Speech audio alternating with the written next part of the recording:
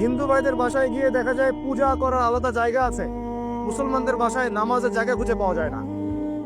এটা কেন? মুসলিমদের বাসায় নামাজের জায়গা খুঁজতে হয়, নামাজ পড়ার জায়গা কোথায় দেখান? বাসা বানাচ্ছেন 5 তলা 10 তলা, এগুলোর সামনে কবরস্থান হবে, কারণ ভূমিকম্প আসতেছে, আগেই বলছে।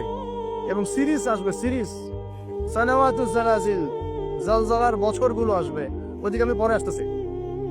তো বানান আর উঁচু উঁচু বানান। 10 তলা বাড়িতে একটা জায়গা পাওয়া যায় না নামাজ পড়ার জন্য। ড্রয়িং রুমে নামাজ পড়তে হয়, বেডরুমে নামাজ পড়তে হয়, বাথরুমের সামনে নামাজ পড়তে হয়। অথচ একটা ছোট্ট হিন্দু ভাইয়ের বাসায় গিয়ে দেখেন তার ইবাদত, তাদের ইবাদত মানে তাদের ভাষায় বলছি উপাসনা তাদের করা আলাদা জায়গা আছে। দেখেন নাই? তাহলে ধর্মকে কে বেশি শ্রদ্ধা করে? আমার কোনো ফিকির আছে নামাজ নিয়ে?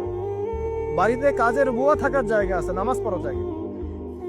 বাড়িতে গোডাউন আছে, গোডাউন রাখার জায়গা। বাড়িতে টয়লেট আছে, 5টা 6টা টয়লেট, সব ইংলিশ, নামাজের জায়গা নেই।